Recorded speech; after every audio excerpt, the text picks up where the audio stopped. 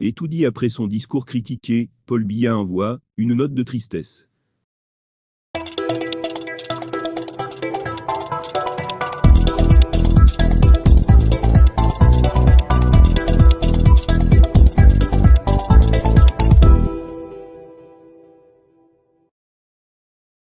Les hommages se multiplient de par le monde en mémoire du roi Pelé, dont les obsèques ont démarré ce 2 janvier.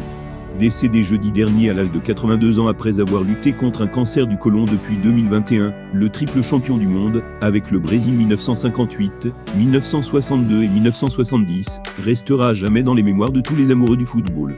Ayant reçu de nombreux hommages, Pelé pourrait bientôt en recevoir un autre immense de la part de la FIFA. Car Gianni Infantino, président de l'instance du football mondial, a tenu à formuler une grosse demande en vue de ne pas oublier Pelé. Paul Biya aussi pour son premier message au nouveau président élu au Brésil, Luiz Inácio Lula da Silva, investi ce 1er janvier 2023. Les hommages se multiplient de par le monde en mémoire du roi Pelé, dont les obsèques ont démarré ce 2 janvier. Décédé jeudi dernier à l'âge de 82 ans après avoir lutté contre un cancer du côlon depuis 2021, le triple champion du monde, avec le Brésil 1958, 1962 et 1970, restera à jamais dans les mémoires de tous les amoureux du football. Ayant reçu de nombreux hommages, Pelé pourrait bientôt en recevoir un autre immense de la part de la FIFA. Car Gianni Infantino, président de l'instance du football mondial, a tenu à formuler une grosse demande en vue de ne pas oublier Pelé. Paul Biya aussi, pour son premier message au nouveau président élu au Brésil, Luiz Inácio Lula da Silva, investi ce 1er janvier 2023, j'ai appris la triste nouvelle du décès de M. Edson Arantes Nascimento, dit Pelé, survenu à Sao Paulo.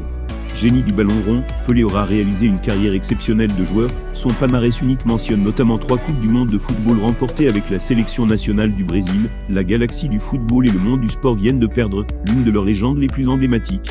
Je vous adresse, en cette circonstance affligeante, ainsi qu'à sa famille et à la nation brésilienne, mes sincères condoléances. Veuillez agréer, Monsieur le Président, les assurances renouvelées de ma très haute considération, lit-on dans la note. Là, nous sommes au terme de la vidéo. Surtout n'oubliez pas de vous abonner et de cliquer sur la cloche de notification pour recevoir le top des informations et actualités au Cameroun.